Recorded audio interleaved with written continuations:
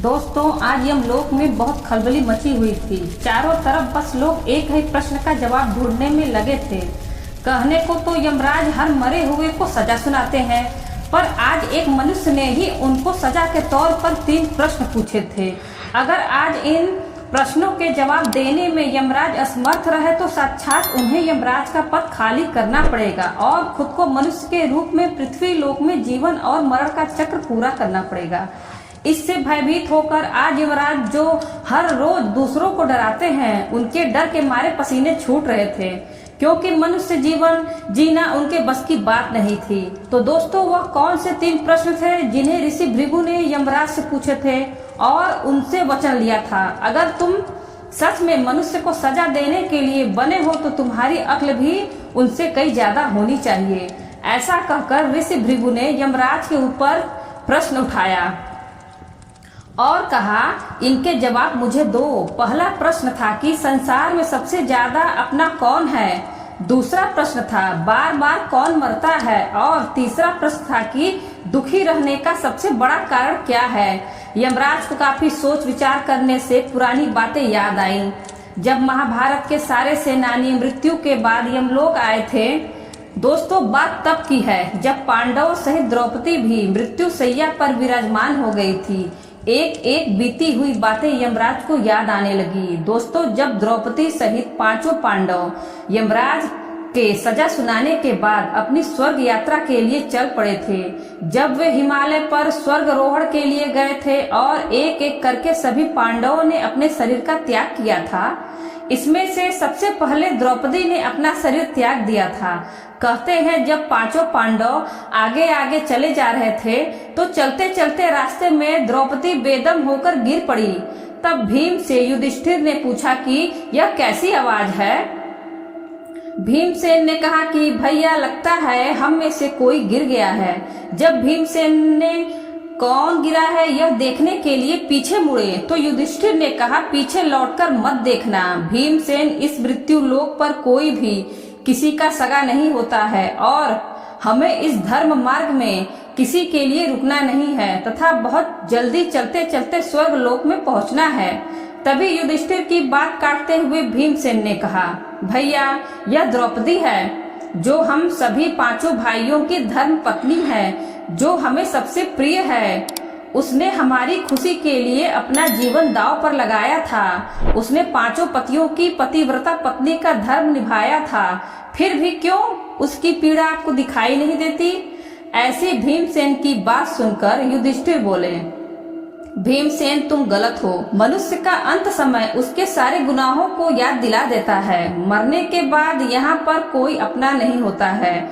इस जगह पर हमेशा आपके बुरे कर्मों की सजा मिलती है और द्रौपदी ने भी हम 5 में सदैव भेदभाव किया था। यह कभी अपने 5 पतियों के समान भाव से अनुरूप नहीं करती थी। यह हम 5 में सबसे ज्यादा अर्जुन से प्रेम करती थी। इसी पाप के कारण इसका पतन पहले हुआ है। फिर भीमसेन और सभी भाई द्रौपदी को छोड़कर आगे के लिए बढ़ गए। दोस्तों, दूसरी बार फिर किसी के गिरने की आवाज हुई। इस बार सहदेव गिर गए थे। भीम ने पूछा, भैया सहदेव, हमारा अनुज बेदम होकर गिर गया है। तब भीम ने रुकने का फैसला लिया, किंतु युधिष्ठिर ने भीमसेन और अन्य भाइयों को न रुकने की सलाह देते हुए कहते हैं, सहदेव को अपने बुद्धि पर बहुत ज्यादा अहंकार था, जिस कारण से इसका यह हाल हुआ। इसकी चतुर बुद्धि भी मृत्यु को टाल न सकी। कुछ देर चलते हुए एक बार फिर से धड़ाम से गिरने की आवाज आई। तब भीमसेन ने कहा, भैया, अनुज भाई नकुल है जो बेदम होकर गिरा है। कृपया हमें बताइए, नकुल क्यों गिरा है? तब युधिष्ठिर बोले, नकुल को अपनी सुंदरता का बहुत घमंड हुआ था। इतना सुंदर शरीर होकर भी वह मृत्यु से नहीं बचा पाया। फिर से वे सभी उसे वही तड़पता छोड़ वे आगे बढ़ गए। कुछ दूर आगे जाने पर अर्जुन का पैर फिसलता है और वे धम्म से नीचे गिर जाता है। तब भीम ने अर्जुन के गुनाहों को जानना चाहा तो युधिष्ठिर ने बताया कि अर्जुन को भी अपने विद्या पर बहुत बड़ा अभिमान था। वह हमेशा कहा करता था कि वह केवल एक दिन में ही अकेला सारे संसार को जीत सकता है, लेकिन वह सब झूठ था। उसने भी महाभारत के युद्ध को जिताने के लिए 18 दिन लगा दिए।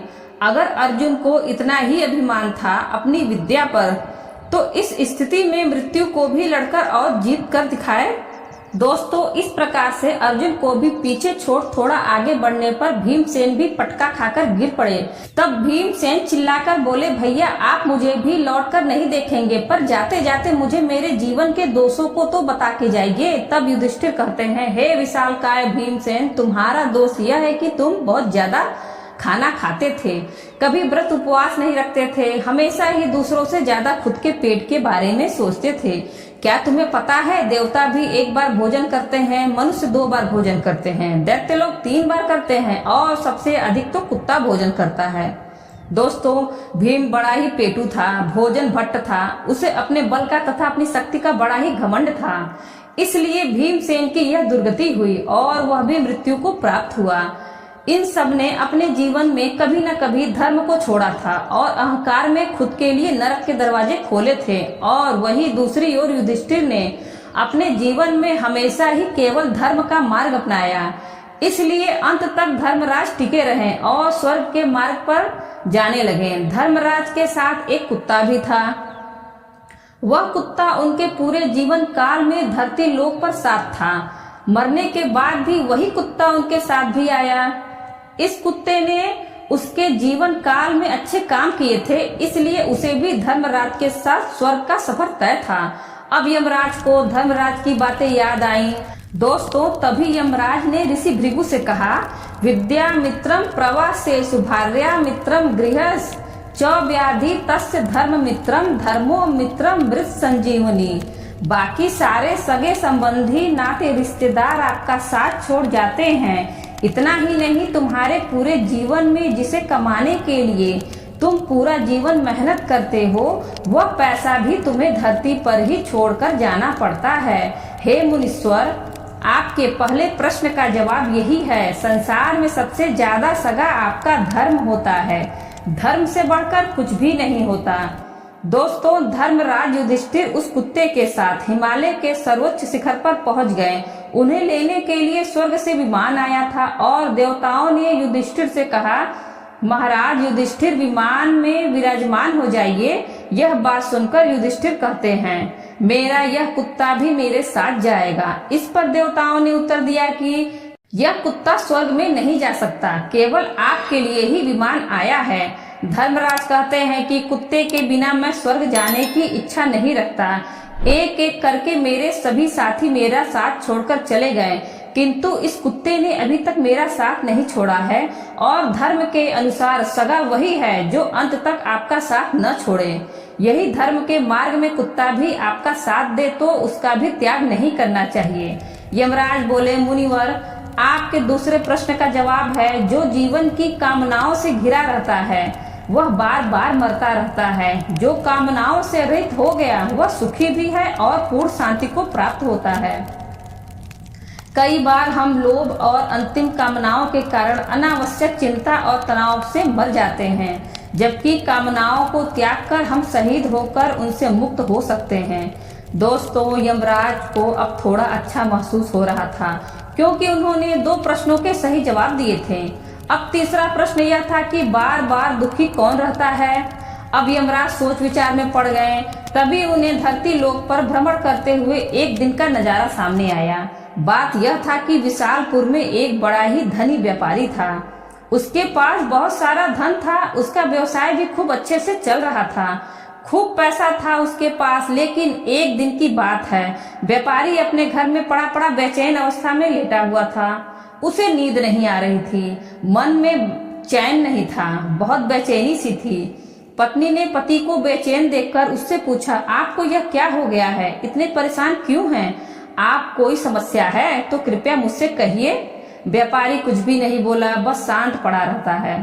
फिर दूसरे दिन भी उसकी यही हालत थी। तब पत्नी ने बहुत जिद की और कहा कि आपको बताना ही होगा कि आप किस चिंता में हैं। तब व्यापारी ने कहा, सखी, यह मत पूछो कि मैं किस चिंता में हूँ। अगर तुम भी सुनोगी तो तुम्हारी भी हालत मेरी जैसी हो जाएगी। परंतु पत्नी ने जिद करके पूछा कि आपको बताना ही होगा कि आप किस लिए चिंतित हैं? पत्नी के विशेष आग्रह करने पर उसने कहा कि हे सुमन, एक दिन मेरे मन में विचार आया कि यदि हमारा सारा काम काज बंद हो जाए तो फिर हमारी क्या स्थिति होगी। तब मैंने हिसाब लगाकर देखा कि अगर आज हमारा व्यवसाय बंद हो जाए तो हमारे पास इतना धन है कि हम अगली 9 पीढ़ी तक आराम से बैठकर जी सकते हैं, परंतु इसके बाद हमारे पास कुछ नहीं रहेगा। मुझे चिंता इस बात की है कि 9 पीढ़ी के बाद हमारी अगली पीढ़ी के जो बच्चे होंगे वह तब क्या फिर खाएंगे, फिर कैसे काम चलेगा। यही सोचकर मैं बड़ा दुखी हूँ। मुझे इसी बात की चिंता हो रही है।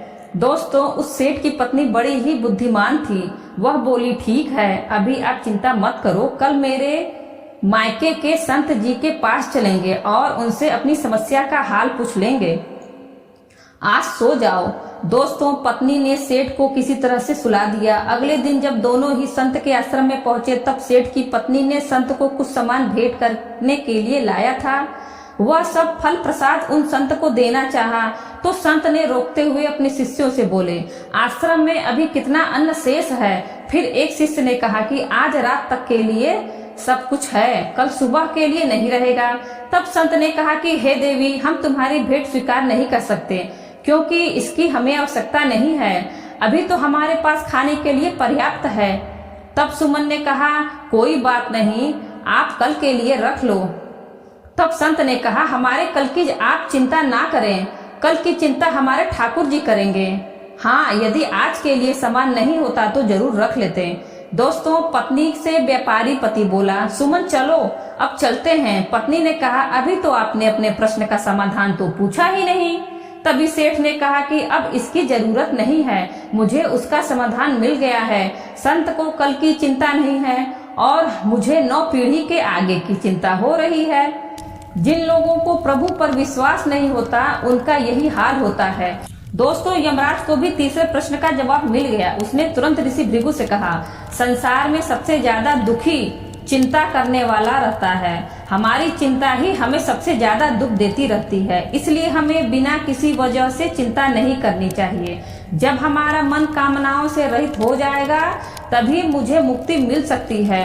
तो दोस्तों, अब मुनि भृगु बोले, बिल्कुल सही यमराज, आप वाकई में यमपुरी के राजा बनने के पात्र हैं। मैंने तो बस आपकी परीक्षा ली, मुझे माफ कर दीजिए।